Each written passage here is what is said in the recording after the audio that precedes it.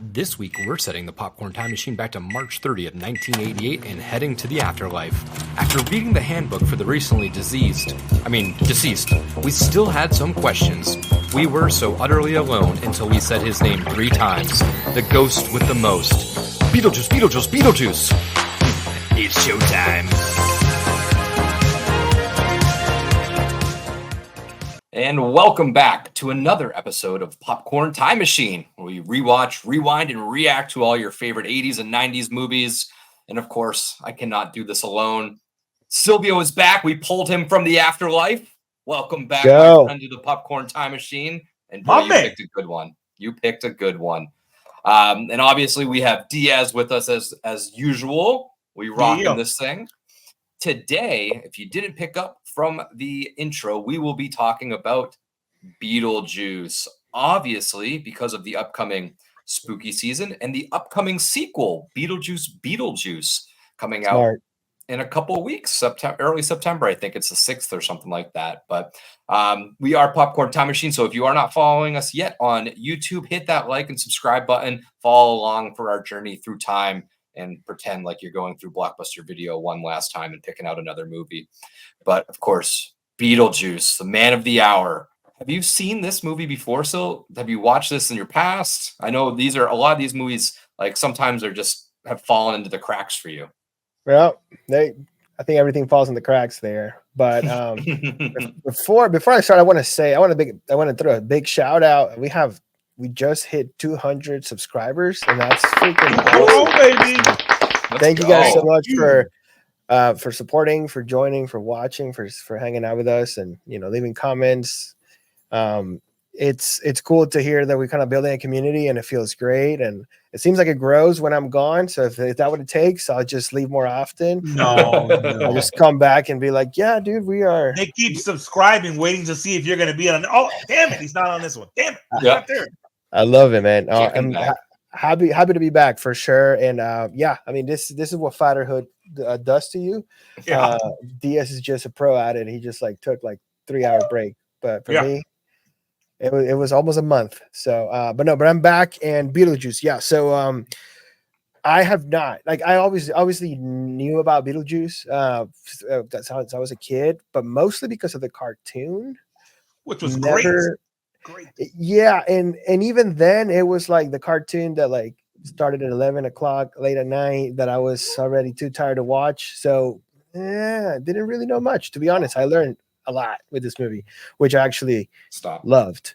So that's the crack that it fell. And so Diaz, never watched before. I know this is a high on your list. Oh yeah, I love it's Michael Keaton for me. I just love him as Beetlejuice. It's that character. Like I said, the cartoon was amazing. And this came out in what, 88? 88, yep. When did the cartoon come out? Ooh, mid-90s, I'd say, right? If I had to just take a stab at it. I saw the movie after the cartoon because I didn't know what I saw the cartoon and I was like, oh, this is a pretty funny cartoon. It was a unique cartoon. And then after watching a couple episodes, my uncle was the movie buff in my family, and my grandmother, like I told you, she was Blockbuster. She was like, there's a movie about your cartoon, right? I said, no. So she put the movie on for me, and I was like, wow, it's even better than I thought it was going to be. Yeah. And it was 89 to 91 was the series. Yeah. 4 seasons. Four seasons. The last season had 65 episodes.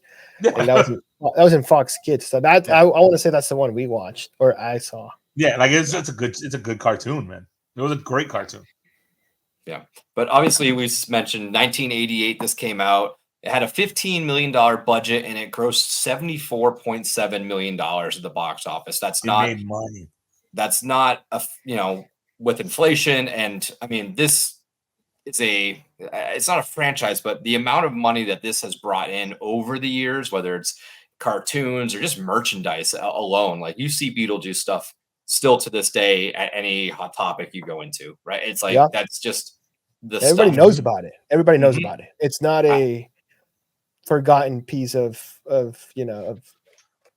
art or media, video. Yeah. It's still very, and obviously with the sequel, it's still huge in the zeitgeist of it falls into that horror realm, even though it's not horrific or scary, but it has those macabre vibes, and it gives it that really Tim Burton gothic tone. So it definitely falls in line with, if you're a horror fan, you have seen this movie before.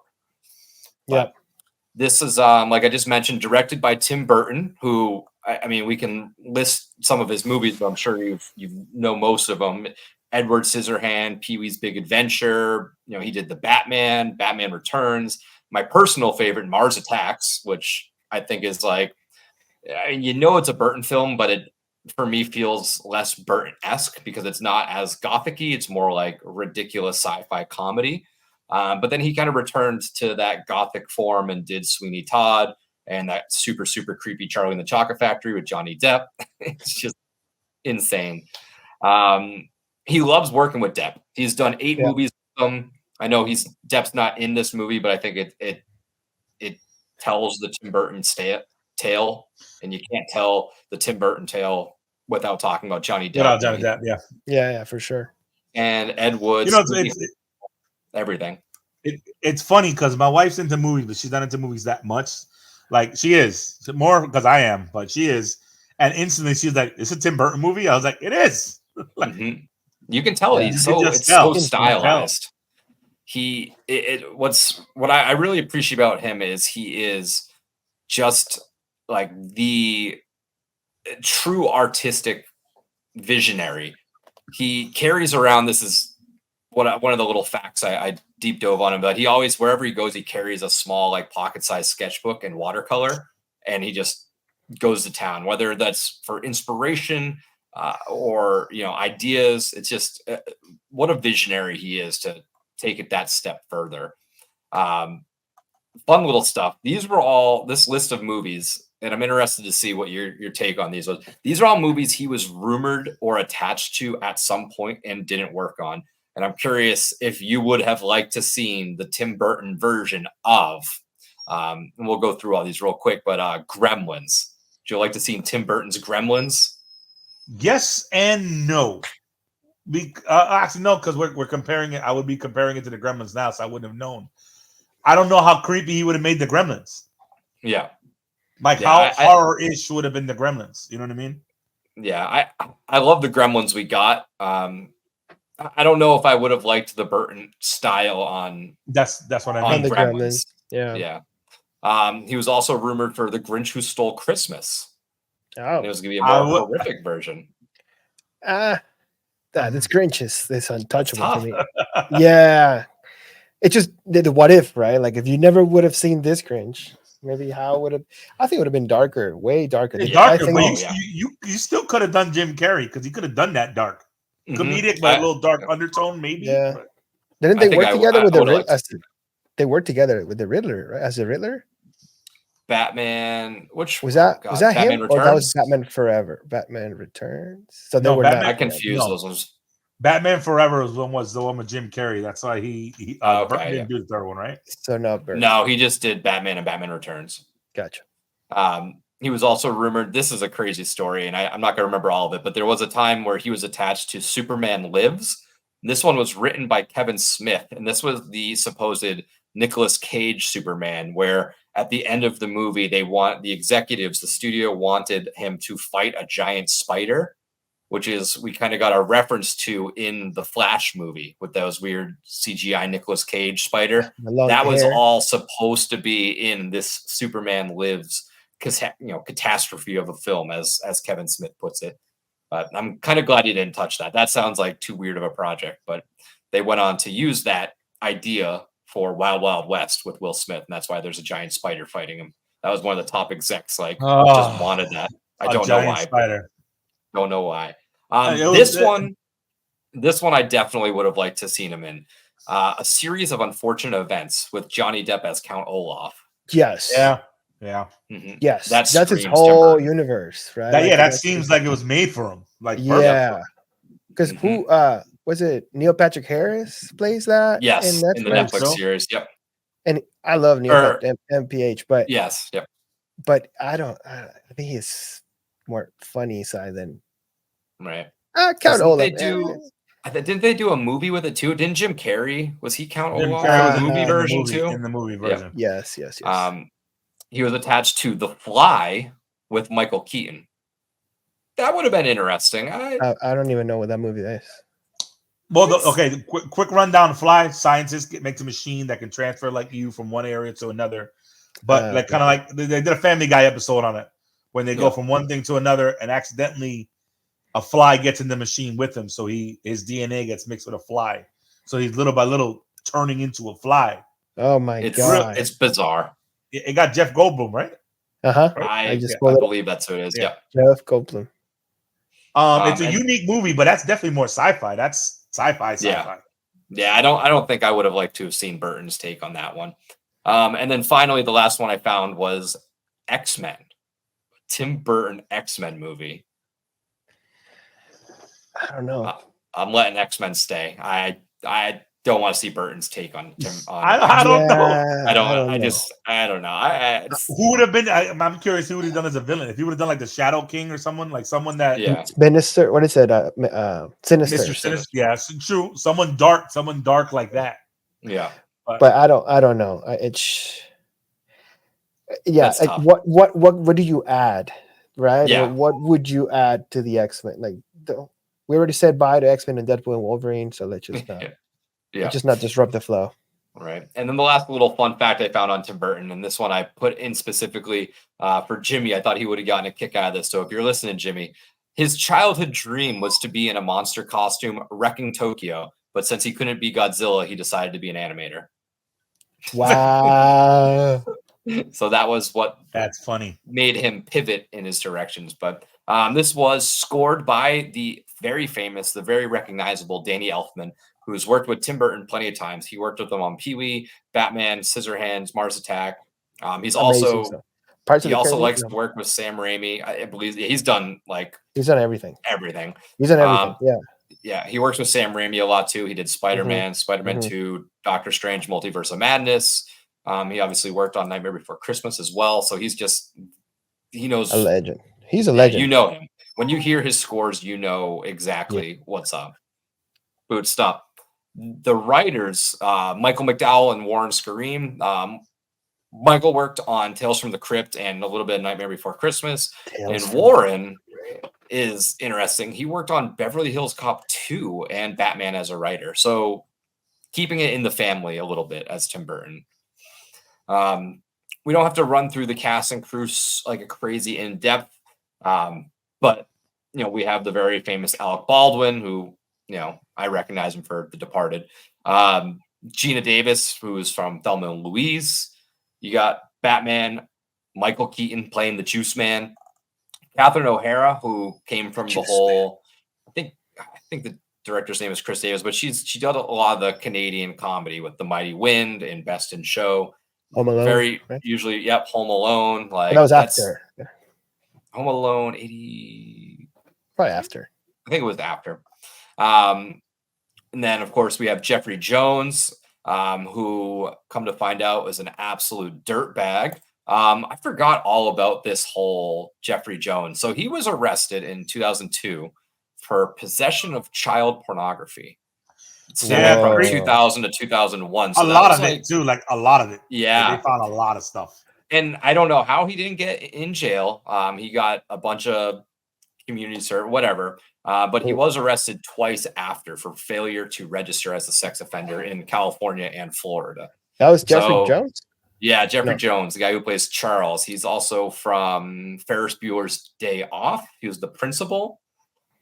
So we can only guess he will not be in Beetlejuice. It's just like insane. And I saw that it's not like he's still working, but he's been in like one or two projects like since. And it just shows how low people will sink to get an actor that has some sort of notoriety. We have the great late Glenn Shaddix, who played Otho.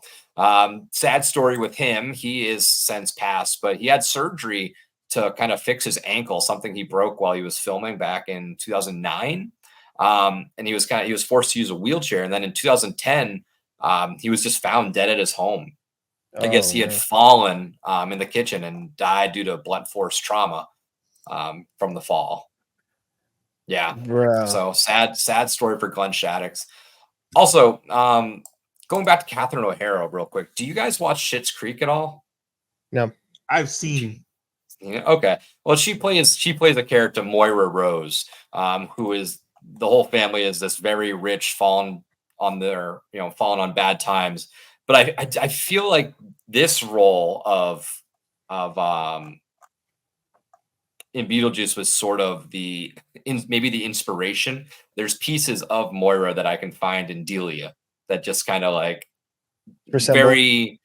very uptight, like upscale, and that all the glitz and glamour. So I going back and rewatching Beetlejuice since watching Schitt's Creek. So I haven't really revisited Beetlejuice to a full watch in a while. It's been a little bit.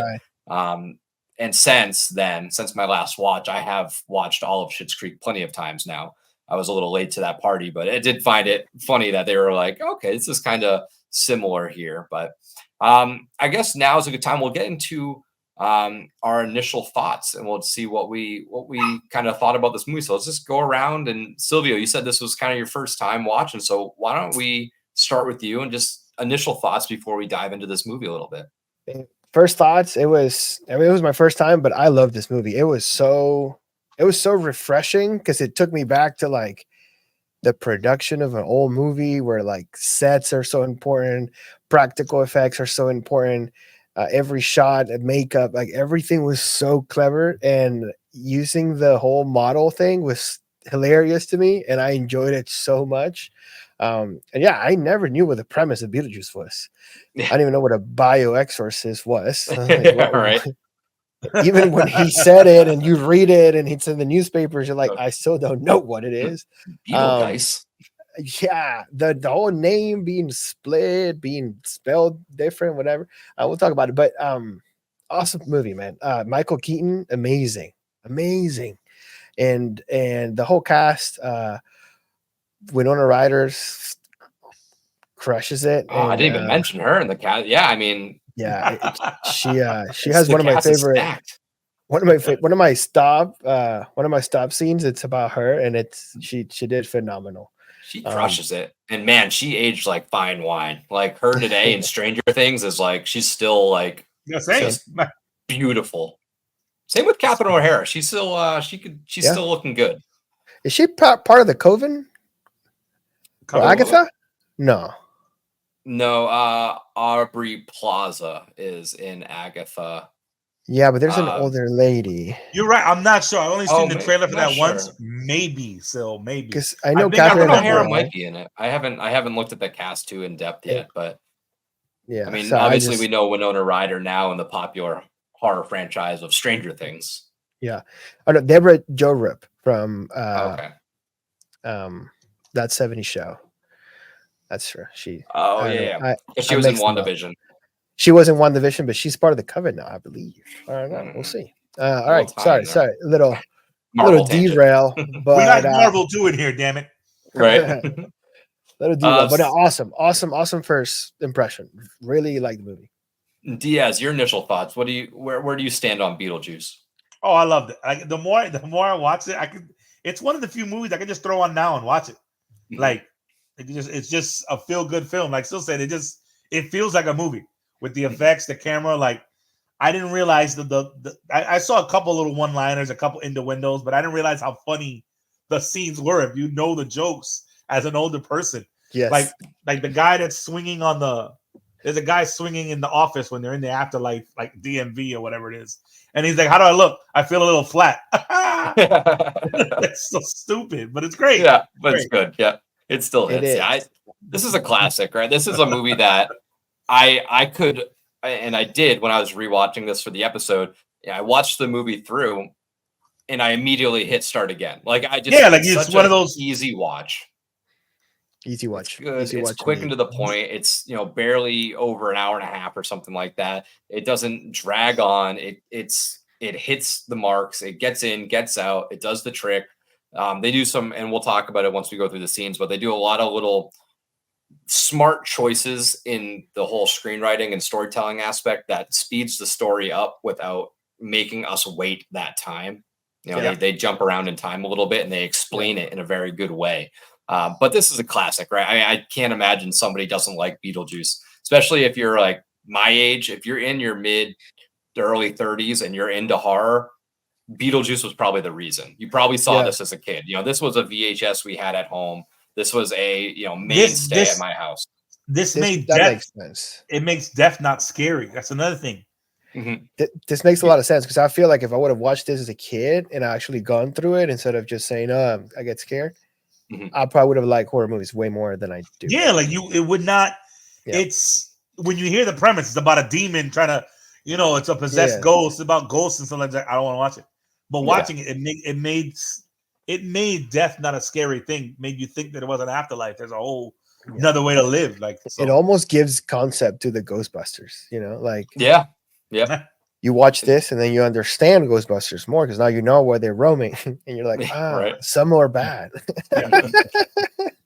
Oh, that would have been a great crossover. God damn. Right. Oh, that would have been amazing. I mean, I can believe it didn't happen. If Beetlejuice and Ghostbusters came out in, let's say, like 2010 and 2012, by now we would have had a Ghostbusters Beetlejuice movie. They would have paired them up Ghosterverse. They would have done something like that. So before we get into the movie, let's kind of do some little fun facts I found about this movie because there's a lot of interesting stuff behind the scenes and stuff that's on the screen. Michael Keaton as Beetlejuice, right? The main character of this movie it's all you can think of when you think of Beetlejuice is Michael Keaton, and he was only on the screen for 17 minutes during this film, which is that's crazy. Because all you think of is Beetlejuice. As a first 21, but it was 17 minutes. I believe 17 was the number. For me, first watching the movie, I'm like hitting play. I'm like, where's this guy? Where's this guy? Where's this guy? Where's like 20 minutes in? Yep. And they do a good job of like leaving breadcrumbs, right? Like they initially show him like reading the paper, and then it shows him catching the fly. Like it gives you these little teases, so you're not completely like waiting for. I mean, you are and you aren't, right? Like you do get a little bit of a taste of the Juice Man before you get him. But Michael Keaton kind of came up with the look of Beetlejuice, the hair, the makeup, the crazy clothing. And he went on to describe the character as lived every time period, but no time period, which is why he's so like all over the place, crazy eccentric, and has this sort of timeless look because he's dead, but still very much alive. And I like that aspect of mold. Mold. It's just gross. It's so funny. Yeah. Thankfully, they made some changes because this movie was not supposed to be the movie we were going to see. The original script was a lot darker and more horror. In that movie, he was a winged demon, and there was a lot of violent death and disturbing imagery is what they describe it. But essentially, in the original script, I believe Beetlejuice was supposed to, I don't know if it was Lydia or one of them, but there was supposed to be like a rape scene with Beetlejuice. And it's like, we're talking about completely different. That's like I Spit on Your Grave horror. That's not this PG Beetlejuice that we have come to know and love. On the cartoon spawn. They were navigating this PG-13 thing because there's a lot of stuff that are currently not PG-13 in the movie, right? So they were still navigating this what consider friendly for the families and what I looked it up because when I was watching that, there's no way this is PG. You want to know why it didn't get PG-13? I found that like literally like half an hour ago. Right. The reason it wasn't PG-13, they felt the little bit of swearing and the little bit of horror in it was not what you would remember about the movie. So therefore, there was no need to make it. That was the consensus of what the MPAA, when asked about this movie, they're like, yes, it has a little bit of language in it and a little bit of horror, but not anything that makes you go, oh, you remember that? Right. You don't remember that as much as you do the movie and the overall tone of the movie. I also read that the car accident was supposed to be like way worse than it was, like more gruesome and like awful, and just to set that tone that Nick was talking about. They were about. supposed to look bad. They were supposed to look all beat up. Like remember, in the movie, the football scene is all cut up and destroyed. These two had nothing wrong with them. They just like drowned, I guess. But they were supposed to. Yeah, they were supposed to be beat up and like Murder by a dog.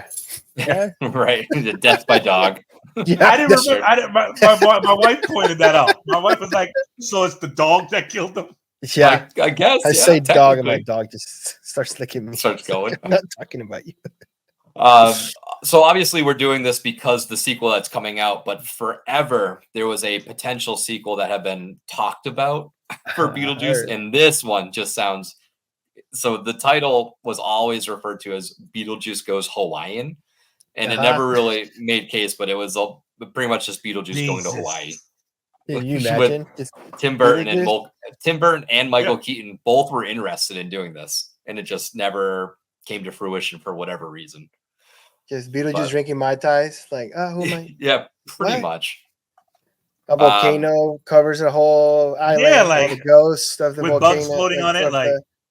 Yeah, and he's like, I'm gonna catch a wave. Yeah. Interesting. This film did get some Oscar love, which is kind of unusual. I mean, Tim Burton is that style of director that the Oscars do like, even though they don't really like touching horror too much. But it did win the Academy Award for Best Makeup, which is kind of one of those throwaway awards that they give to people to make them feel better. Because, but I'll take it because like it's something. It's great. Like it deserves like that side of, you can see all the effort. And I'm probably talking because like movies nowadays, maybe don't see that, or if you do see it, it's computer like CGI or whatever. Mm-hmm. But like here, everything you see, there was someone holding that with a paintbrush, just going to town, just making it happen. Yeah.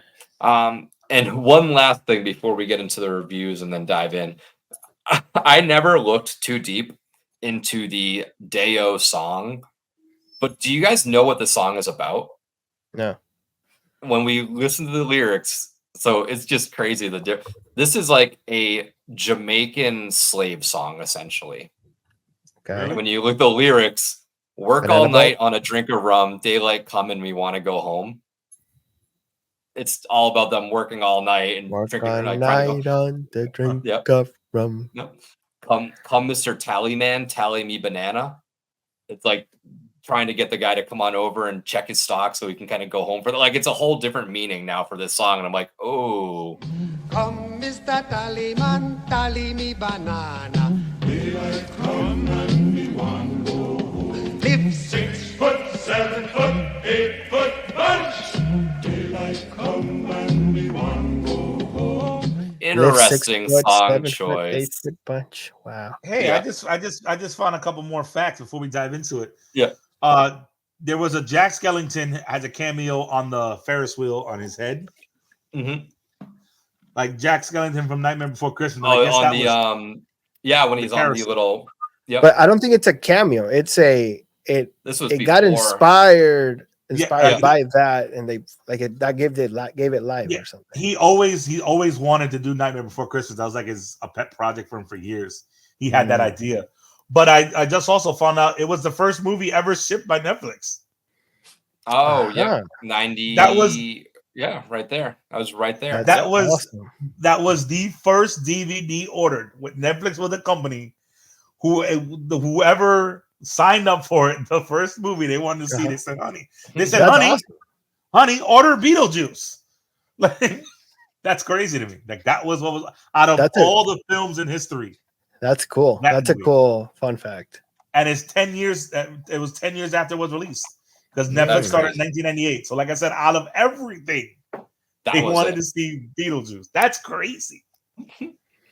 All right, so let's get into the reviews because I'm curious to see where this kind of lines up for everything. So, Sil, why don't you take over the reviews for us? Walk us through these. I think there's probably some quotes that is a little interesting here. Curious how they love the Beetlejuice, the juice. Yeah. So starting with the Rotten Tomato, the critics got an 85% score on this movie. Okay, so that's they're learning their lesson. That's up there. They don't hate every movie we do. Right. And then the audience got 82, which is cool when they're like kind of the same. When the critics are higher than the audience, that's good, especially seeing how the audience loves this movie. Like, that's interesting to me. I really thought I thought the audience would be a lot higher. than an 82. Like I thought this was like a 95 or like I don't talk to people that don't like Beetlejuice. It's such an easy movie to watch. You're also in that realm of the horror thing, right? Like this is true. This is your It's genesis. This is your genesis of horror movies. Yep. Right? Like when you were a kid and you watch this, you're like, okay, this is my path now. And then like it was interesting, but it wasn't scary, which is dope. Right. Like it was it could be a horror. The whole movie's about death and dying. And it's not scary at all. Yeah. There's a jump scare. I got scared. Well, there's a you know what I mean? Like there's one there's one scare that got me good. I was like, whoa. Okay. So I have a good review for sheer off the wall audacity. Tim Burton's demented Beetlejuice certainly demands respect, even if it's more enjoyable in concept than in execution. So there's not like it's good, but it's like they understand it's silly, or they understand that like it could have been a mess, right? So for what I've read, also like even the actors at some point they weren't even bought into the idea of Beetlejuice because it took them a messed while. It's a messed up script that they even went to Universal, and the producer met up with the head guy Universal, and he was excited because like, oh my god, this is gonna happen and whatever. And the guy said, "This is the worst script I've ever read in my life." And then boom, got kicked. I mean, and then they went to the there was nothing 88, right? There was nothing like this out. Nothing. When you're like, I'm gonna sell a script called Beetlejuice, and the character is this demented dead pervert, and he's barely on the screen. You want to buy the script? Like what? Like no, you got to get some people attached before I'm interested because I have no idea where you're going with this. There's an irony there too, right? Where like the name of the movie, Michael Keaton didn't get an Oscar for it, but didn't he get nominated for Best Support Actor as Beetlejuice?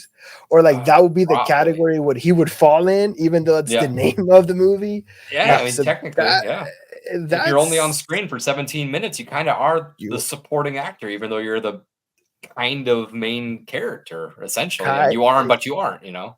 Yeah, this is an Alec Baldwin movie. I don't know what we're talking about, Michael Keaton. Yeah, right. It's Alec Baldwin actually acting like a normal, nice person. Who makes Alec Baldwin look reasonable? Not a huge asshole. You almost didn't know it was him. He wasn't calling Lydia a fat pig. You know, he was being good finally. He was. Well, he had to at this point. He was still trying to work his way up the ranks. Mm-hmm. A bad review that I had was an overly ambitious special effects comedy, obviously influenced by the success of Ghostbusters. With the Chicago Tribune. I mean, sure, you know, it's you could call it a playoff on it. Gene Sickle, bad Gene. He doesn't like a lot. Yeah, bad Gene. That's a bad take, Gene. Yeah, I mean, you can call it that, but like the universe was so new. There was so much to do with ghosts.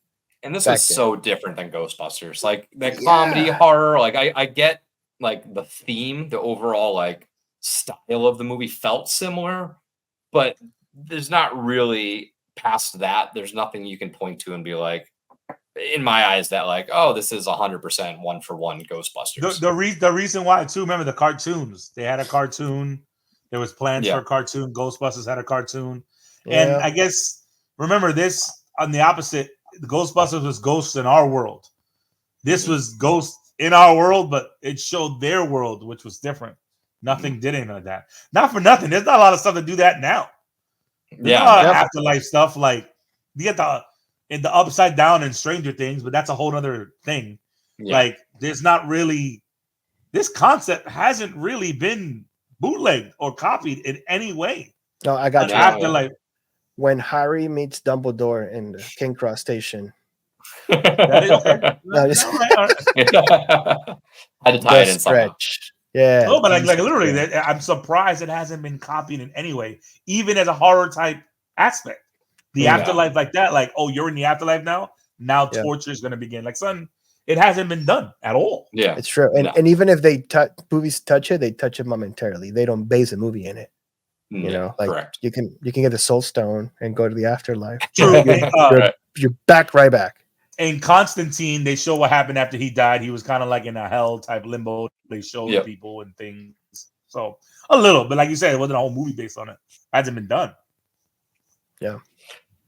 All right. Well, let's get to our stop it segment where we go through all the scenes that made us stop this movie to rewatch and rewind it, good, bad, or indifferent. But man, it's hard pressed to find any bad scenes. So we'll just kind of spitball here and go through our movie scenes that just I think really define this movie.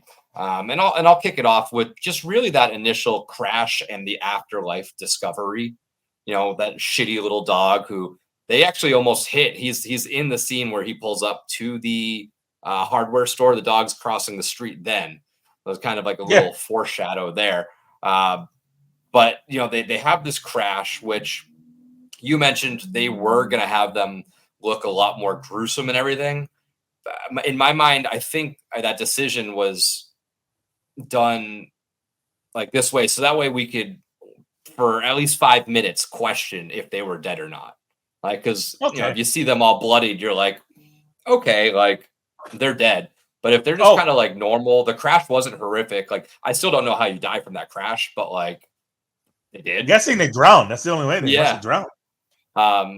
But it was a good way to leave us in suspense of like, well, I mean, that looks like a very bad thing. You obviously don't want to crash off a bridge, but like the crash wasn't that bad.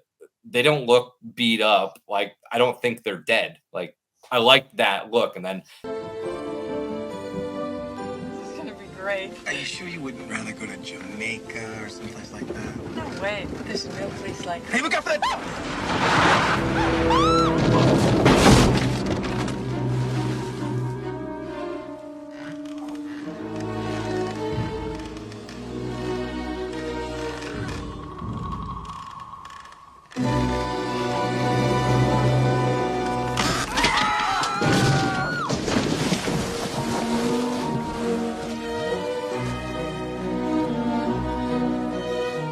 you know, they quickly return and stuff's a little bit different. You know, it's the house is shot different. The fire's going there. Barb's hand just like catches on fire. And then Adam leaves and is quickly like hit with reality of what is happening. You get this like deserted wasteland, the sandworms kind of whipping around in there. And then when Barb pulls him back, she's like, "You've been gone for 2 hours." Which is like, oh, time works different, which I mentioned earlier. They do this smart thing of like being able to speed up time without us being there for that 2-hour discovery period. Because in that time, Barb has not only found the handbook for the recently deceased, but she also has seen in the mirror that she is invisible. The little horse is, you know, walking across the mirror.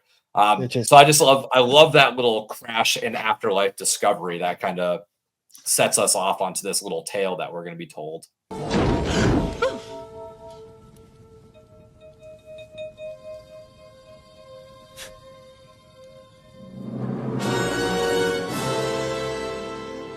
make some coffee and you get some wood for the fire. Well, maybe we should just take things extra slow. Do you remember how we got back up here?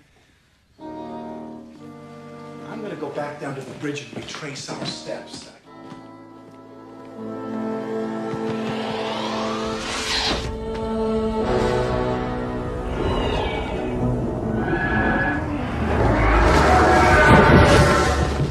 You know, when you're a kid and you were able to like, I don't know, make the cup float by like cutting the back of it and then be like magic trick, like little prop tricks like that. Yeah. That's like the whole mirror scene. It looks silly, right? Like she's holding the horse.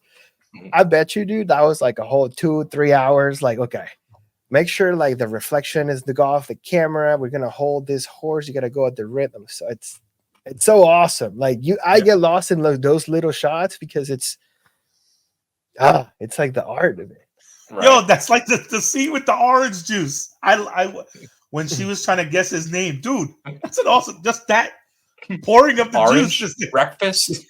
Breakfast. Seeing the stupidity of just a glass and juice being poured into it. I loved it. Loved it. Yep. Awesome. So, Sil, what's one of your stop it scenes where you're like, this is, I love this? Okay. This might sound too simple, but I love the character reveal of Lydia Dietz. Like, she had one of the best character reveals I've seen that match so much her character. This girl gets dropped off on top of the couch, just like carried by the moving guys, and just like dropped in the living room. She just goes with a camera, completely dressed in black. He's like, I'm here, and I'm a big deal. Excuse me. Go.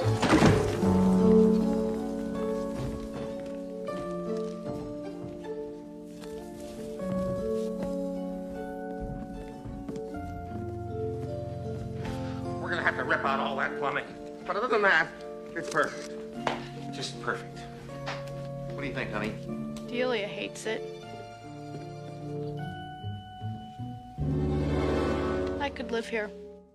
I love that. I actually rewind that, watch it 3 times. It's so badass. It's so like her. What an entrance. It's so much about her from the beginning. And then she like leans over to the spider web and she's like, I could live here. I'm like, dude, this is like this. If this is not Wednesday, this is like Tuesday morning or something. Like this is like, it's so close to Wednesday. Yeah, it's like Tuesday 11:30 because it was so cool. I really enjoyed that. It just again very subtle intro to a character. Yeah, so cool. Yeah, I had that as a scene as well. I had it labeled as just kind of like enter the deets.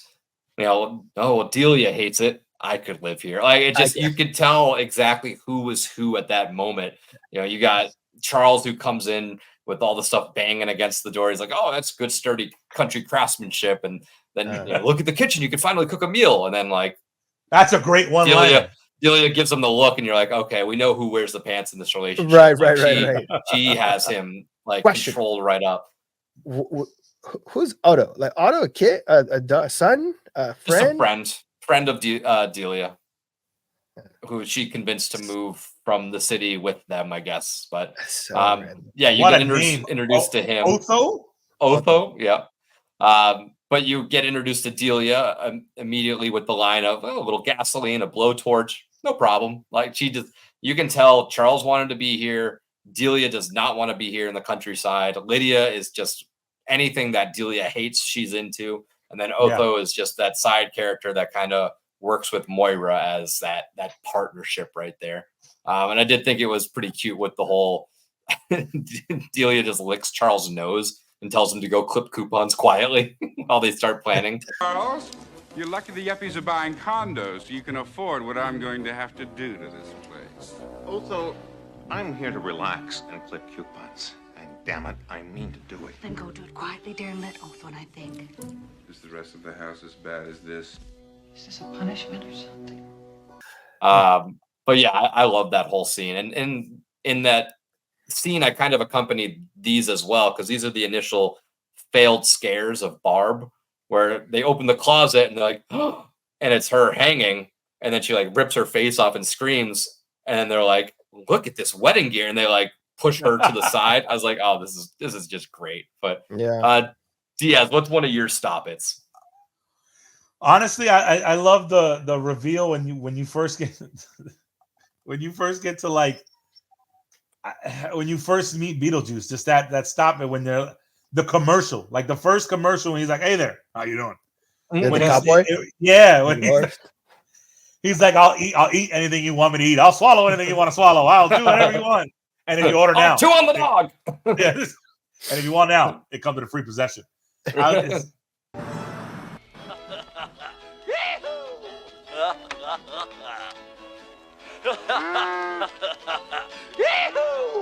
Having trouble with a living?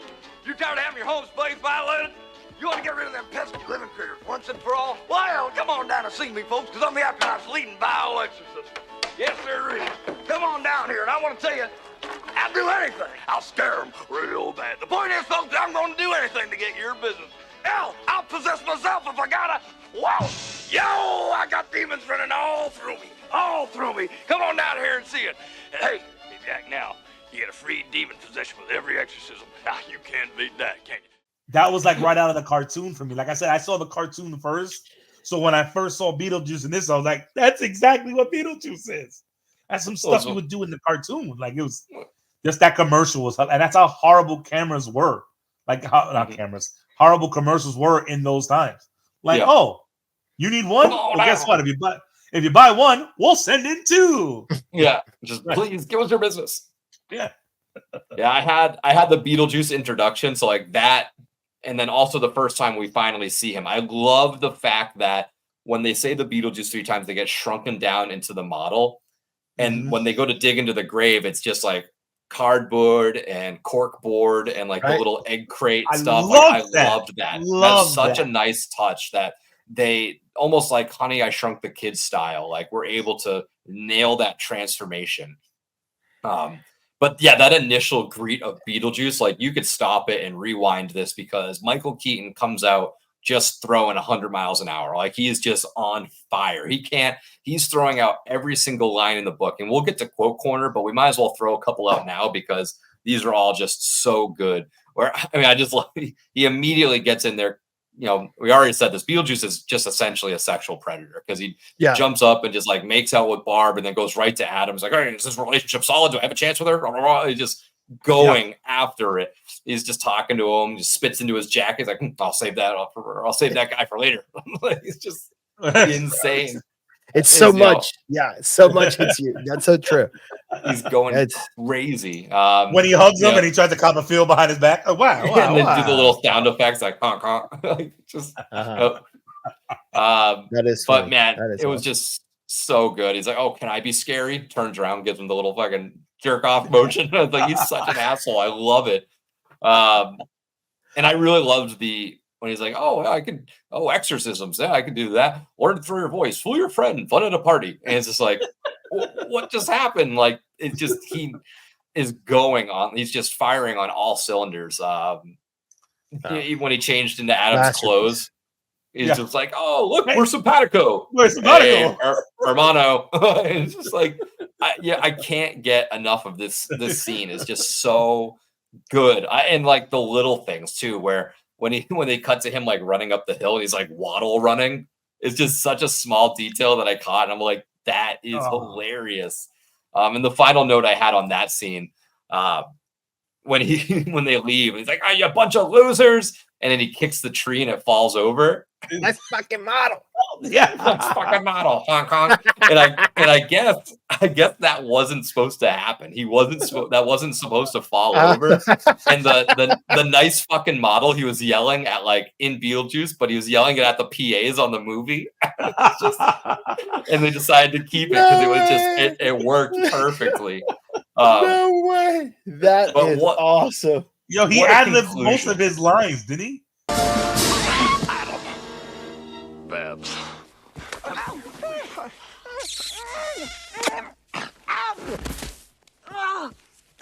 Boy, do you know how to pick up. Let me ask you something. Is this relationship really solid? Do I have a shot at her at all? Excuse me. Sure. Am I overstepped my bounds? Just tell me. Come on. You know what's really beautiful about this? You two kids picked me. You didn't have to, but you picked me. It makes me want to kiss you guys. Come on. Come on. Give me one. Come on. You're hard, huh? All right, let's get down to business. You're right. I got a card around here somewhere. Here. Who do I have to kill? Here, hold that for me, would you? There. Whoa! There you go. You don't have to kill anybody. Possession. Good. Learn to throw your voice. Fool your friends. Fun and party. That's another fun he fact. ad-libbed like the majority of this movie. They only had a couple lines written down for him. He's like, I'll figure it out. He also did it in 2 weeks. They said he did all his filming in 2 weeks. Everything. Yeah, I mean, 17 minutes. And he didn't have many sets, really. Most of his sets were, the little the model. Like most of the stuff was in there. Very little was with other actors, and all he needed was the main cast. So you could have him do all his solo stuff and call it a day. That's true. One of my other scenes, I love the first time we go to the afterlife, really the waiting room where you go in, there's the guy who choked on the bone. You got a swimmer with a shark on his leg. You got the lady who's cut in half. You had the shrunken headhunter. It was just like Tim Burton at his finest. Like, just give us your wackiest, most creative character designs. Just put them in this terrible waiting room, which that could have been a show. Just the DMV, DMV, the Death Department of Motor Vehicles, Motor Right, or whatever. Just literally have different characters, like an office type setting of the dead, and just different characters. Everything. What happened to you? Oh, my wife killed you. Oh, that's a different line. That's on that side of the deal. You know what I mean? Like stupid comedy like that would work. Like, The ticket I loved number everything thing about had me this. dying. Yeah, Dying. this world is so good. You know, you learn about Juno. You learn that they have to spend 125 years in the house. I love the little burnt guy. It's like, hey, you want a cigarette? And he's like, I'm good. He's like, yeah, I'm trying to cut down myself. onion He's head? just like, just shaking and smoking. You mentioned earlier the guy that was smushed by the truck. Yeah, that's so true. I love the skeleton look. You know, it's just so classic horror for me with the black light, the neons, the purples, the greens. It was just such a smart move to do it this way. And this was another instance. You know, we mentioned how when Adam stepped out, he was gone for 2 hours. This whole segment in the waiting room was such a smart move to progress the story months. You know, they were in that area for months. And then by the time we get back, the house is completely redone. So we get to skip the whole remodeling phase. We jump right into it, which, like we mentioned, this movie just gets to the point. And they did it in such a smart way that we weren't like, all right, you know, they got to get the house and they got to model the house. And it's all, no, they just jumped right in with Tim Burton's wacky, you know, house sculptures and everything like that. So that was just such a smart move. Did you have any more stop it scenes? Because I have 2 more, but I want to hear from you guys as well, because this movie's full of them. You can keep going. I got one. Remember when he's trying to marry her, and they all keep trying to say his name. When the guy's jaw drops when he's a skeleton, he's like Beetle, and the jaw falls off, and the wife picks it up and tries to put his jaw back on. Like, here, honey, your mouth fell. Like, I love that scene. That, and then like when he says it, Beetle, and he just takes his teeth out. They're chattering on the floor, and he starts dancing around on them. Just that whole scene. Yeah, where he's like literally trying to shut them all up. But like I said, when that guy's jaw fell off, I was in tears because I forgot how funny that scene was. Because imagine trying to say something in your mouth. One of my favorite moments that I still laugh to at this day is in that same scene. Is when Barb does the first Beetlejuice, he's like, Beetlejuice, and then he's up at the altar and he looks over, he's like, just like, what? Like, he's like hissing or eking at her or whatever it is. But what are you about to say? It's so good. She says it one more time, and she sends him the zipper, and she unzips it. And he throws a fastball at her and like completely gets her. But yeah, that whole scene, right, where they're dying. Lydia brings Beetlejuice in under the assumption he'll save them. You know, attention, Kmart shoppers, and turns into the big circus wheel. You know, this is why I won't do 2 shows a night, babe. That just won't do it. Just gets in there with the family. Hey, mom. Hey, dad. And you know, you get the whole. You're wedding. always welcome at our house. You're always welcome at our house. You get the whole wedding. You go, oh, I forgot the ring. You know, it's like, oh, he's just going all over the place. He's so spazzy and ADHD that I just when he love it. bad when he pulls aside. I don't know, man. When I said if I only do this, I'm only gonna do it once. I'm never. It's just so good. Oh man, when Beetlejuice throws his voice to like impersonate Lydia, he's like, "My name is Lydia Dietz. I am of sound mind. I love this man of mine." It's just so good. Yeah, that was one of my stop it scenes. And then my final stop it scene is obviously the Deo scene, the whole dancing and the shrimp hands attacking them. I thought that is probably, if you asked around, probably the most iconic scene of this movie, where you have them, you know, you have Catherine O'Hara kind of starting the song and everyone's like, all right, enough, Delia. We get it. That's funny. And then everyone else starts like getting sucked into the possession almost. And I love Jeffrey Jones's face when he's like, the black tarantula. It's like, oh, it's just so stupid, but physical comedy always works for me. But you know, this was their failed attempt to scare everybody. And then I love with Catherine O'Hara's character when she's running up the stairs, like, you know, they're just like, yo, pull them down here. I want to talk to them now. And they're like, yeah, they don't want to come out. They're embarrassed. She's like, please, they're dead. It's a little late to be neurotic. Then they go up the stairs like, you'll open this door, you dead people, or I will pull you out with the ropes you hung yourselves with. You're like, they didn't kill themselves. Like, but yeah, I mean, those are the biggest moments for me in this movie. But any other moments that we need to discuss, or should we move along into our segments? Segment it up, I think. Let's do it. Let's do it. So, Diaz, why don't you kick us off? Let's stack it up a little bit. What are we stacking up, Beetlejuice? Oh, this is going to be what do you got cooked up for us tonight? Still, I know you had to have seen these two movies. There's two movies, which what I just spoiled. There's going to be two stack ups here. This is an over the top, different type of comedy with one guy that stole the show. So I did that for our two stack ups. Where does Beetlejuice stack up against Jim Carrey's The Mask? Nice.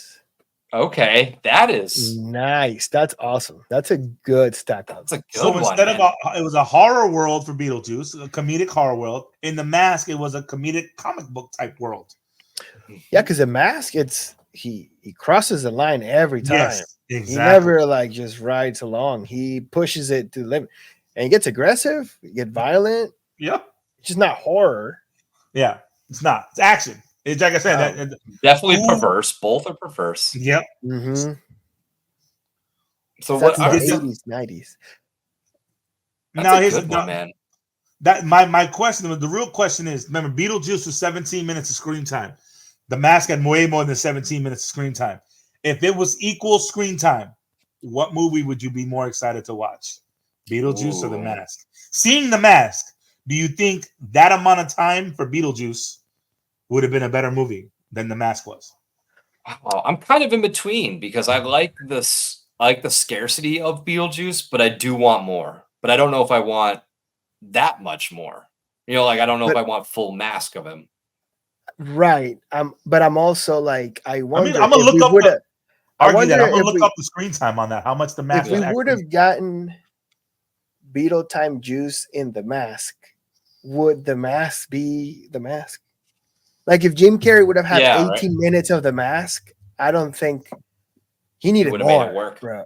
Yeah, he needed more. You need to see him conga. You need to see him pull out guns. You need to see him, like, battle his,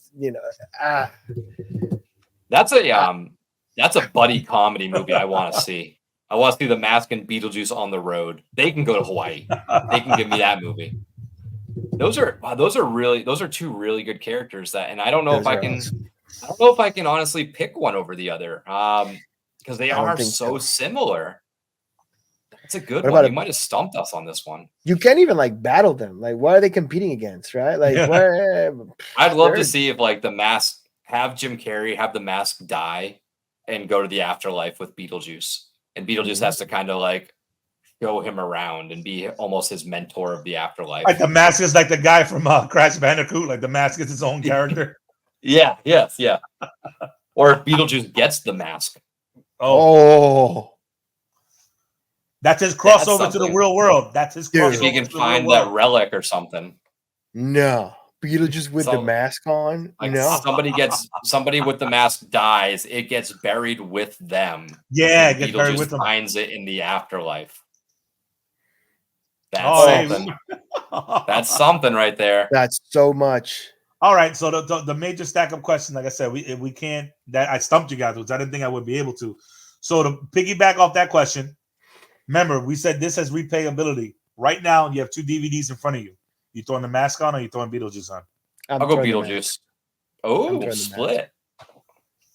Perfect. That's exactly what I wanted. I'm more Beetlejuice. So Diaz, you got to break the tiebreaker here. Which one are you Honestly, going? I loved Beetlejuice. However, Jim Carrey's in The Mask and out The Mask. Stanley Ipkiss is funny as shit too. Oh, he's a horrible person. The only reason, if they're both looking in front of me, I think The Mask is more of a stupid movie that you don't have to pay attention to. Yeah. Like there's a little bit of a storyline in Beetlejuice. There's fucking no story in The Mask. It's kind of a story. Well, no, but it's not a crucial. For example, you can leave a scene and come back and The Mask will still make sense to you. You missed the wrong scene in Beetlejuice, you're done. Because of the time jumps, because like if you don't see the scene where they go to like the dead DMV, that's what I'm calling it. The DDMV, like they're the DDMV. They're gonna you miss that scene, you're lost in the movie. If you miss a scene in The Mask, you can catch back up. Keep going. Okay, I'll take that. But I might same with the Mask. Oh yeah, choose The Mask. Okay, I would have to go even the cartoons, bro. Do you ever watch the Mask cartoons? It's awesome. Those are funny. Awesome. I'll give Beetlejuice the edge on that though. The Beetlejuice cartoon You liked awesome. it better? I'd go mask. I double down. Just a little. Yeah. All right, and the other matchup was another over the top, like character wise. Now this is nothing like The Mask and Beetlejuice. Austin Powers and Beetlejuice. Oh, I would say I don't know though, because like there wasn't enough Beetlejuice, but there was enough. If you know what I'm saying, like his scenes are classic. Yeah, I do love my Austin Powers, but I think I need. I think Beetlejuice's comedy does it a little bit more for me. I do too. Versus like that That's weird, 70s hippie psychedelic, groovy baby. Like, and Austin Powers is funny as hell, but I do think the 17 minutes we got of Beetlejuice beats that movie, which is funny. That's crazy to think about because Austin Powers is funny. But yeah, I figured The Mask and Beetlejuice thing, this was the hardest stack up I had to do. I literally could not figure anything to stack it up with. And something, I was going through Netflix trying to watch something. I was bored, and Unfortunate Events came up. It was there. And I was like, oh, Jim Carrey did that too, didn't he? I said, Jim Carrey. I said, oh, the fucking Mask. Yeah. The Mask and Beetlejuice is perfect comparison. Yep. It's right in front of us. Yep. All right. Nice. So let's move into our 2 truths and a lie segment where I'm going to ask you, I'm going to present to you 3 facts. 2 of them are true and 1 is a lie, and it's your job to sniff out the lie. Okay. All right. So number 1, when Glenn Shaddix died, they played Deo at his funeral. He played Othos. Number 2, Beetlejuice was originally named Beetle Drink in early drafts of the script, but the name was changed when it was discovered that nobody took that name serious. And number 3, the sandworms were primarily inspired by Dune. Whoa. Which one is the lie? It's 2 lies and a truth? No. 2 truths and a lie. So one lie. I think the second one is a lie. I don't think it was Beetle Drink. I think it was something else. I forgot. But I think it was something else. Not Beetle Drink. The sandworms are real Dune-ish at the time. I'll take that. Dune came out at that time. So I want to say that's true. And the auto thing, like, why not? Why not play that? If that's like the only, what else did he do? That guy. What other movie? I know one. He was in Demolition Man. Okay. Yeah. You would know Demolition Man. I had no idea what that is. Okay, listen. Demolition Man is what's it called? It's Wesley Snipes, Arnold Schwarzenegger. No, Wesley Snipes and Sylvester Stallone. It's a futuristic action comedy. It's an action movie, and for some reason, Otho plays like a character like himself in the future. It is basically an Otho, like it's him. Yeah. Like, is there any specific songs in there? Nah. No, nothing. Deo, bro. He got Deo his funeral. Yeah, I want to say that's true too, because that's what you always know him as. Yeah. We're going with the middle one then. Yeah, the middle one's a lie. Has to be. Beetle Drink wasn't real. Beetle Drink. Beetle Drink was not real. That was the lie. Let's go. Let's go. I had to pick a new one because one of my facts was I swapped the sandworms one in there, but the original one was what you were talking about, how the Jack Skellington head was on top of the circus tent on Beetlejuice's head. So let's get to one of my favorite moments, because this is what me and my friends do, is just spit quotes back and forth. So Sylvia, why don't you kick us off in our quote corner? What are some of your favorite quotes in this movie? I know we kind of talked about a handful of them when we went through our stop it scenes, but what are some that like 100% stuck out to you? I think I'm gonna have to like go around, but I don't know. It's Showtime was existed before him or not, or the fact that people say it's Showtime is because of him. I'm like, what? That's awesome. I'll give you. What if I'll go through mine? I'll go through my 5, and you guys pick what your favorite is. Yeah, we'll do it that way. Okay, I like that. So we have one from Beetlejuice. Nice fucking model. Well, that's my that banger. This next one's a long one, but it is also Beetlejuice. When asked about his credentials, he goes, well, I attended Juilliard. I'm a graduate of Harvard Business School. I travel quite extensively. I lived through the Black Plague and a pretty good time doing that. I've seen The Exorcist about 167 times, and it keeps getting funnier every single time I see it. Not to mention the fact that you're talking to a dead guy. Now, what do you think? You think I'm qualified? So good. That is great. My last Beetlejuice quote from my top 5 is what Diaz, you mentioned earlier. I'll eat anything you want me to eat. I'll swallow anything you want me to swallow. But come on down. I'll chew on the dog. I love that. The dog noise wasn't necessary. I'll chew on the dog. My one quote I liked from Delia, which is such a throwaway line, but classic, like, stuck up New Yorker. I can't believe we're eating Cantonese. Is there no Szechuan here when they're eating the Chinese food? Just like such an insider trading style joke. Yes. And then Lydia, if every single goth girl quotes this one, where live people ignore the strange and unusual. I myself am strange and unusual. Yeah. There's one for her that like my whole life is a dark room. It's so funny. Yep. Like she's answering someone. Oh, my whole life is a dark room. Yeah. What's your go-to line out of those top 5? Dude, no, the motto is hilarious. And I didn't know the backstory, so now it's like probably my favorite line.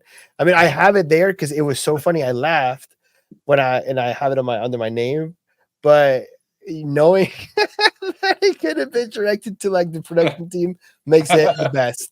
He also there's also one line that he talks about. What do you say? Like the only thing I can deal with is like Edgar Allan Poe's daughter or something like that. No, that's funny. Talking about Lydia. That's funny. Yeah, that's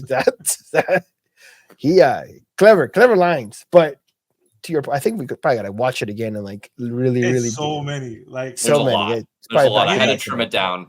You didn't even mention my favorite one. Come on, where's Simpatico? Like Armado. Hey, Armado. No, there was no reason for him to talk Spanish there, for no reason. No reason. They're not a Spanish person in the whole movie. Yeah, right. Which goes to the point of the whole Beetlejuice backstory of never living, but living through everything. Like it's just he's seen it all. So Diaz, out of those 5, or are you taking me Hermano? No, I'm gonna take. I like the Hermano and Simpatico thing because that shit made me laugh out loud. But no, I forgot the Juilliard thing till I watched it again. But what are my credentials? Oh, well, thank you for asking. I went to Harvard. Just the way he started it. Oh, you want to know what I've done? That hilarious, bro. Hilarious. Just the Juilliard thing. Oh, well, I went to Juilliard. I went to Harvard Business School. I think I have to go with that one as well. It's just so his delivery on that was perfect. But I like that. So let's leave our quote corner. Let's go to the good, the bad, and the ugly. Now, this was tricky for me because when we watch a movie that is so beloved, it is hard to find anything bad, but we'll do our best. So let's go around the horn real quick. Let's start with the good. So Diaz, if you had to pick like one good thing out of this movie, which there's plenty of, what would be like your one good thing about this? Whether it's Beetlejuice, obviously. Yeah, like Beetlejuice. When we get into character that stole, we don't even need to do that segment because we all know he stole the show. But actually, no, we should get in that segment later because Lydia was good too. Like Winona Ryder was good in it. So I would say, I really like the DDMV. I sound like I just had a stroke. The DDMV. That whole stuff with the 999 million 500, and the guy next to him is 4. Yeah, well, he swaps it. Hey, look, it's Elvis. Hey, Kate. The afterlife with Beetlejuice is my good. Like I said, that's just the afterlife aspect of it, showing all that. The football players with the lady. Yeah. Coach, can we go to the men's room? Men's room, get out of here. Your coach lived. He survived. Yeah. Hey, coach, I don't think we survived the crash. What gave it away? Like this, like just the afterlife scenes of it killed it for me. And Beetlejuice with like I said, that fucking jaw dropping and the teeth falling out. That's funny. That was the classic. Still, what did you take away for your good? I enjoyed the Maitlands like during the first 20 minutes. Mm-hmm. I think like the way they developed that and like made them, they realized they were dead. It like makes you think like, oh shit, maybe when we die, like we don't even know we died. We have to like figure out that we died. Yeah. Like I think they did that. They played that good with the audience. Like I was like, oh shit, these guys don't fucking know. I didn't even think about that, Sil. That's a good point. And I said, it made death not scary for me. But what you just said, it's true. Like when you die, do you know you're dead? Like right. And like you don't know. And then these guys want to go back home. They're back home. Like, oh, shit, what happened to the fire? And they're discovering, and then they're like, okay, we're ghosts. Oh, we got to scare people. And then they're trying their best, and they do a good job. They pull all the stops. I mean, we didn't even point out the whole like elongated face and the fingers with the eyeballs and the teeth. Dude, when he looks at her and he takes his glasses and put his finger. Did you notice that? Yeah, to look. Oh yeah, because he has because he has no eye. His eyes are in his hands. I didn't notice that until like the third time I watched. I said, did he just put the glasses up to his hands? Oh, that's awesome. He's like, honey, how do I look? And he's like, yeah, that was so honey, funny. You look amazing. But no, I think that was a good like scene and the like part of the movie because again, they are the main characters. Mm-hmm. Believe it or not, they are the main characters of the movie, and that was good. It was naive. They don't know. They're discovering how to be ghosts, how to be scary, and it says the scene for the whole movie. Yeah, the introduction of them was so good. They were we bought in. They're such a great family, or trying to be, and that's another point of this that we never really touched on is that whole them wanting their want is to be a family. You know, they make mention of it when the so-and-so, I forget her name, but the little side character that's trying to sell the house. And she's like, this is for a family. Oh, I'm so sorry. Like, I didn't mean to say that. And you're kind of like, I wonder what that is about. And then, Adam has a line in there that's like, well, we can try again on our staycation. So we can presume that they had some sort of failure when trying to have a child. And then it ends with them essentially, I don't know how they do this, but essentially being ghost parents for Lydia while they still all five of them live in the house. So it is a nice storyline where they do, their duty was, or their main purpose was to be parents. And they finally, even through the afterlife, were able to obtain that. And it's something that I don't think is pushed too much in the storyline, but it makes you buy in with them as characters. Yeah, but it does. And there's this like I want to say Beetlejuice kind of teaches you how to be complacent with what you have, or like thankful for what you have. Yeah, it's like nobody got what they wanted, if that makes sense. Like these guys they didn't get to keep the house, so the Milans didn't get it, right? The people that moved into the house didn't necessarily got the house they wanted because they kept remodeling it, right? And then it's just learning how to be complacent with it. I think I also read like the villain of the movie is like modern architecture or something, like the desire of like changing and impressing others thing, and it's that's what Charles wanted to do, was to buy the whole town, because you can kind of infer that he was some sort of real estate mogul, and he sort of must have flaked out with his job in New York and came here, but they're loaded. And his pitch was to buy this whole little town and develop it as a tourist attraction. But for my good, I just put Tim Burton being Tim Burton. Like, this is, other than maybe like Edward Scissorhands, like this is when I think Tim Burton. And obviously, he had big influence on Nightmare. He didn't direct it, but big influence on it. When I think Tim Burton, I think of Beetlejuice. I think of those wacky statues. I think of all the dead people in the afterlife. I think of the sculptures coming to life. I think of all this wild stuff, and that's Tim Burton to me. Yeah. But Diaz, you're bad. Could you find a bad? I'm curious. Yes, and one of them's controversial because I like the scene. I just don't think it's a two-parter. One, their parental acting was horrible. Like the mother and the father, Charles and Delia. Oh, Jesus Christ, they're horrible parents. Oh, terrible. Yeah, but like that's nitpicking. Like they weren't good parents to Delia. Granted, Delia was her stepmother anyway, but their parenting was not lackluster at the best. Yeah. But the scene with the lip singing, the Deo scene. Love the scene. That is horrific lip singing, though. Yeah. The scene is great. If you look at them, they're horrific lip singers. They didn't even make an attempt. Like, if you're gonna lip sync, you can lip sync a lot better than that. But this is me nitpicking because it's a great scene. Just the actual lip singing and the lip singing at the end where she's flying in the air. The lip singing could have been better. But it's very hard to find anything bad in this. Dude, I'm there with you. That's kind of where my bad is. The whole haunting scene of the table, at the dinner table, like weird dances and like, and then is that like how haunting happens? Like I don't so that's my bad. That's my bad. Yeah, that's my bad too. So I'll just piggyback on you because a little bit over the top. It does the trick. It brings everybody together. Everybody, oh yeah, okay, this is haunting. I didn't know I could do the calypso. What the fuck? Now you can't. You know what? Still thinking about that. You doing that. If that happens to you, are you scared of that? Or are you happy about that? Like they were. Right. Like they were. Like they became an attraction. What would you do if you're hanging out with your son? You put your son down, you're looking at him, and you just start singing Taylor Swift dancing for no reason. Are you going to be happy about that? No. Right.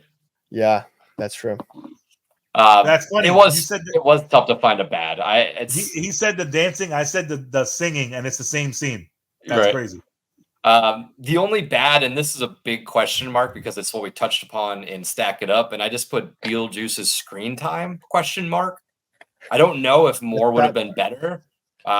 Maybe a little bit more. I'm not saying you need this guy in an hour of this hour and a half movie, but maybe a little bit more. If this was like an hour and 50 minutes and you threw an extra 10 minutes to Beetlejuice, like maybe. But he I had don't know. 45 minutes of lines in 18 minutes for sure. Yeah. Like, he speeds through it. Yeah. Right. He had 45 minutes of script in 18 minutes. Yeah. And he just, so I think that's why it feels like it's enough, but you're like, but now, like, but it's crazy. You take him out this movie. This isn't a good movie.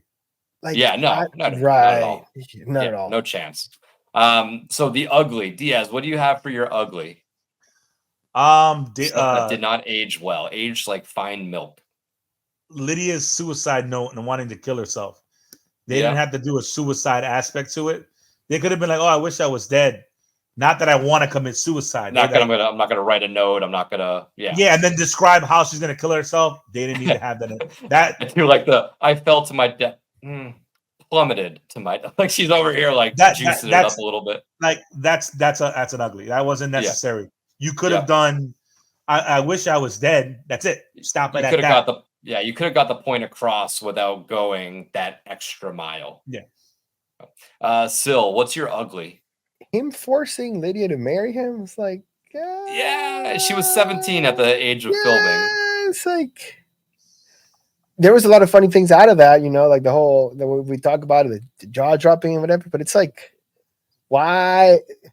Yeah. Like, because everybody like, okay, we're gonna make a scene where they are gonna feel like he's going crazy, and they have to say his name. What should we do? Oh, what if he?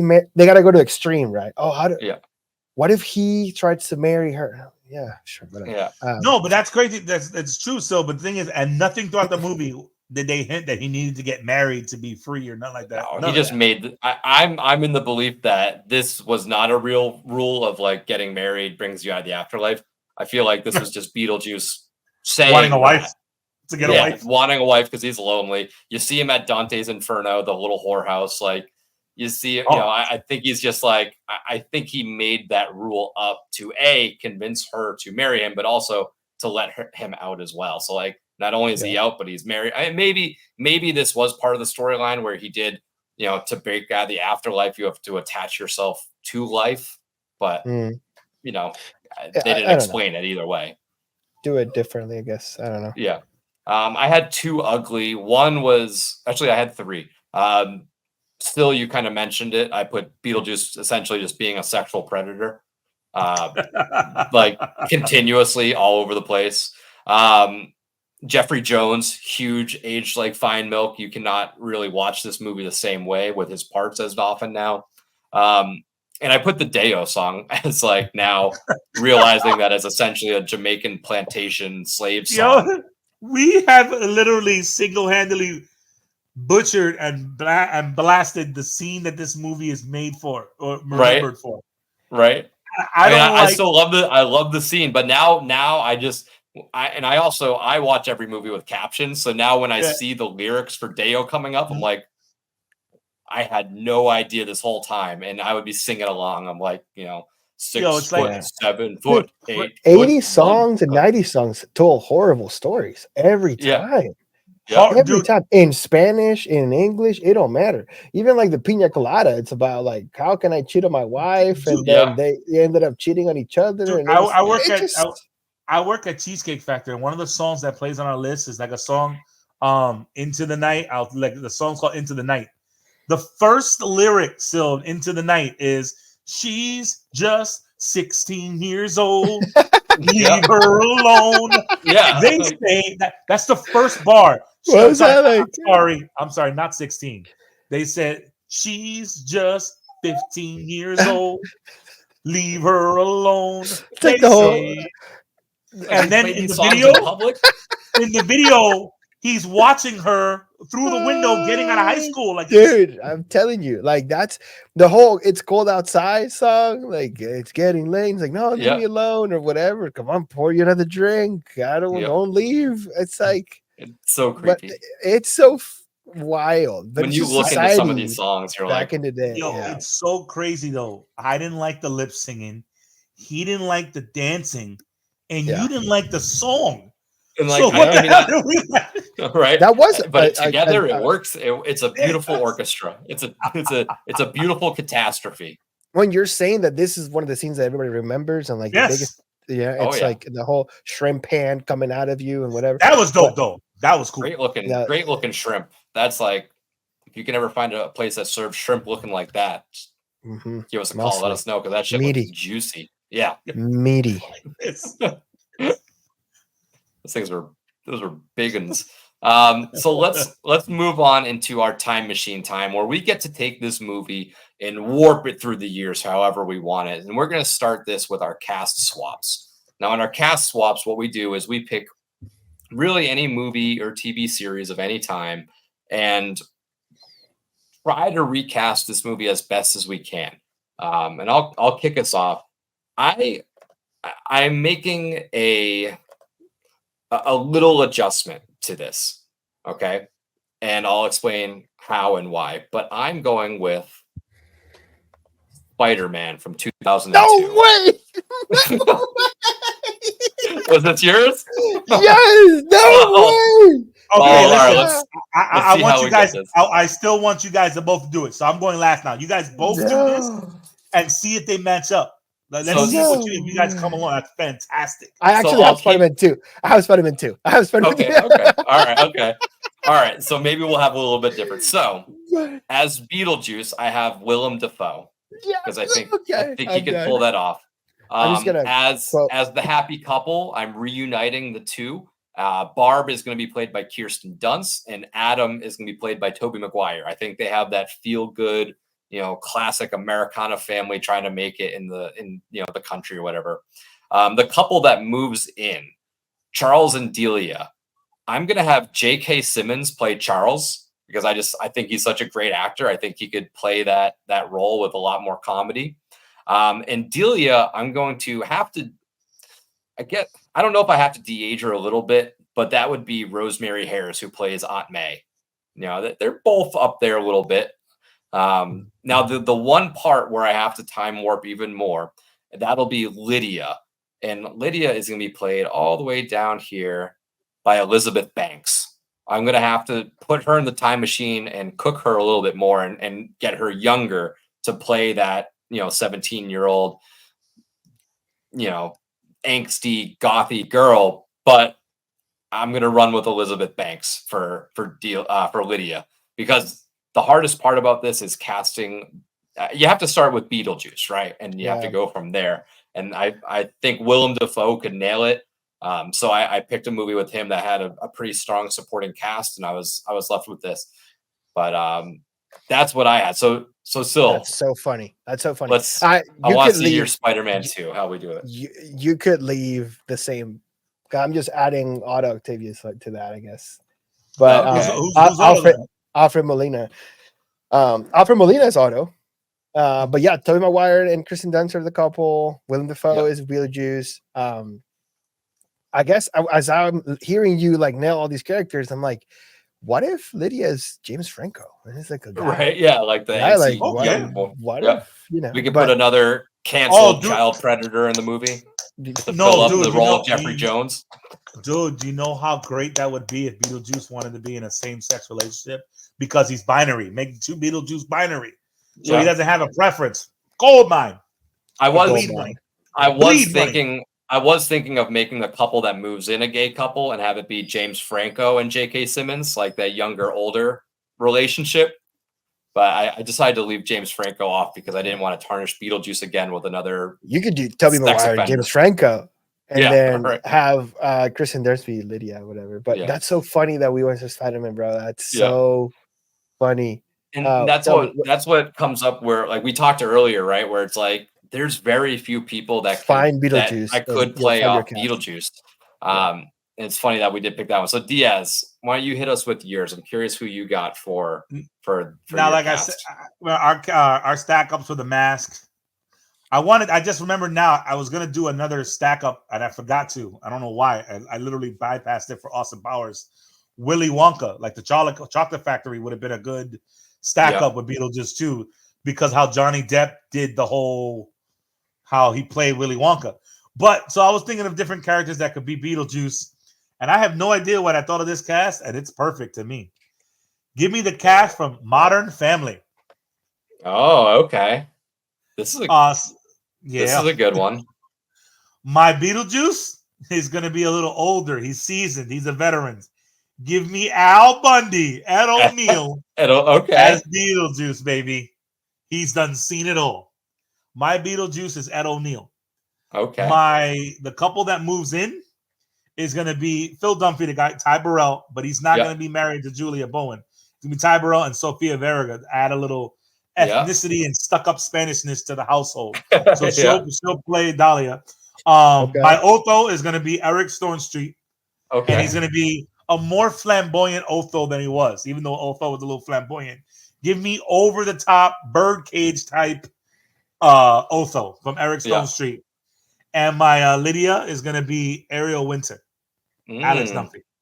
She'll be one. She'll be my Lydia. But give me an older, perverted. Give me Al Bundy as fucking Beetlejuice. I'll take it all day. Give me Ed O'Neill. That's a good one. I like that.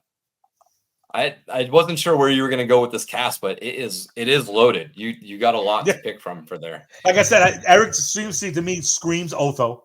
Like I said, just make Otho a little bit more flamboyant, more over the top, and give me Sofia Vergara, like I said, to add a little ethnicity to the movie. Yeah. And if I had to make if you go into the afterlife scene, Julia Brown will play Juno, the girl that's the caseworker. The caseworker. I like that. All right, so let's get into it. Before we like fully jump out, let's time warp this real quick because I do have one question that I'm very curious about. If this was like made today and it was not Tim Burton, I don't think they'd be using like CGIs, or I don't think they'd be doing the practical effects. They'd be doing the CGI. Yeah. So for me, who would you want to make this movie? And I picked a list of directors that there's very few of them, in my opinion, that if you see one of their movies, you distinctly know it is their movie. Like you see a Tim Burton movie, you know it's Tim Burton. So I guess this kind of ties into cast swap, but for directors that if you were doing it today with however these directors do it, who would you pick? We have Wes Anderson. That's like if you see a Wes Anderson movie, you know it. Life Aquatic, Grand Budapest Hotel, just a whole bunch of them. You have Michael Bay, who, for better or for worse, you know a Michael Bay movie. Like, you know what it is. It's got the explosions. It's got the lens flares. You know it's Michael Bay. Fast, David, slow. Yep. Fast, slow. Yep. David Fincher, very dark, more gritty and grounded than anything. And then Quentin Tarantino. Like, those are my list of like 4 other directors that when you see their stuff, you know it is their project. Who would you pick like time warp today if they were to do today's version of Beetlejuice, which, Tim Burton is really the only one around doing Tim Burton-esque stuff. Nobody's really There hasn't been many knockoff versions of Tim Burton. Well, that's like a Taika with TD type of, like, I think Taika could be maybe a more modern, yeah, crazy, you know his movies, you know psychedelic, you know Taika's movie too, yeah. So, but I mean, maybe Taika's Beetlejuice, but out of those, I think Fincher, David Fincher would probably be my pick. It might be, they might take out the funny out of Beetlejuice, but I'll still get the job done. Yeah. Out of the list you gave, I would pick, just because of over the topness that he could make the Afterlife. Give me Michael Bay. Give me an action-packed Afterlife.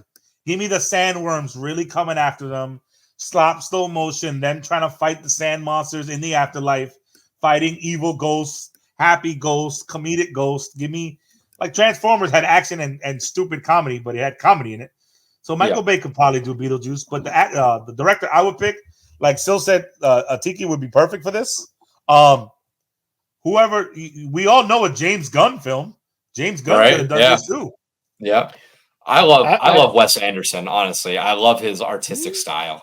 I love Asteroid City. You know, Royal Tenenbaums is great. Moonrise Kingdom is one of my favorites. I love his, like, symmetrical, I'm gonna break all the rules intentionally style of directing, and his color palette. That's how he would do that's how he would make the Afterlife. The Afterlife would be crazy in his. Well, I think James Gunn pulled from for the DMV. That green girl with the Miss Universe, whatever. She looks like she worked for the Collector in Guardians of the Galaxy. You're right. That doesn't make the Collector. Yeah, she could have had a part-time with the Collector. Yeah. So I like that one. Let's get Let's get into our time machine double feature. You get to pick this movie and any other movie to pair up perfectly with. What movie are you going to watch this and Beetlejuice with? Sil, what are you pairing this thing up with? Okay, we brought up the mask thing, and I think that's a perfect road trip duo. But I think I don't know why I'm adding a variable to the question, but if I was young, right, and these movies come along, and I somehow I can watch VHS on the go, I would take this one and Ghostbusters. Okay, but just watching this one first, like knowing that this is the beginning, I feel like this is like this teaches you about what's up with ghosts, and then you watch Ghostbusters. That's like, oh yeah, then it goes everywhere. That would be my duo. Double feature. Yep. Diaz, double feature. Where are we going? This, and then because of how great Beetlejuice was in it, I'm gonna want to see more Michael Keaton. So I think I'd go Batman. Batman. Okay. Nice. Just to see more Keaton, because I want more. Yeah, that's a I good want one. more of him. Yeah, so the Vulture. You're right. For my double feature, I'm gonna hone in on my Jimmy, and I'm gonna pair Beetlejuice up with Gremlins, Joe Dante film. Both in that, like, cheeky horror, but not really horror style realm. I think those two kind of go hand in hand pretty well. They're both very different, but they sort of have that overall, I guess we can call it kid horror, which is like that initial, like, your first step into the horror world. Right. Yeah. So to wrap this episode up, we got to hit the popcorn scale.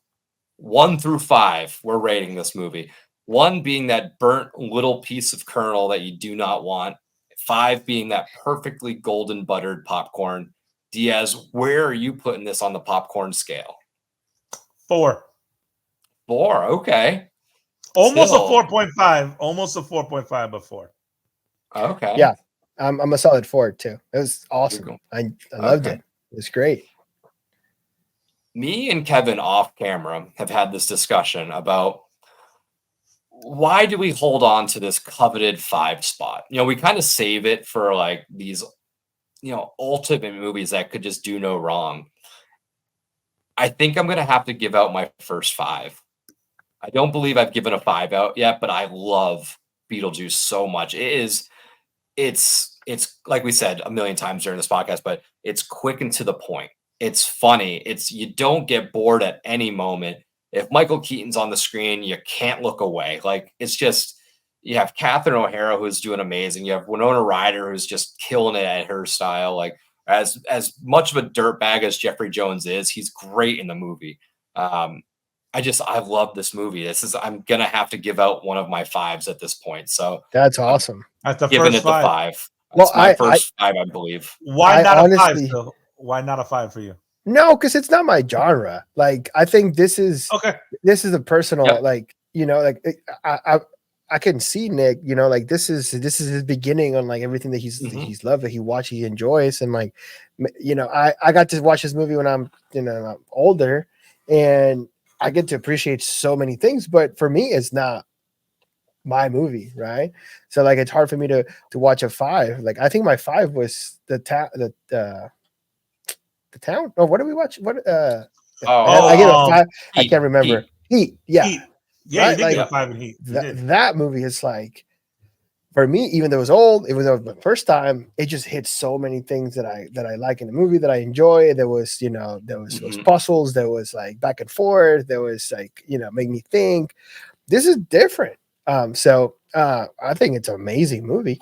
But for me, like, if I have a stack of 10 DVDs, it won't be in top 5. Yeah, like, so that's why it's not a 5 for you. The only reason it's not a 5 for me, like I said, I found 2 things. I haven't given a 5 out yet. Closest I got was Aliens. Tune into that episode, please. It was amazing. And I don't like Newt.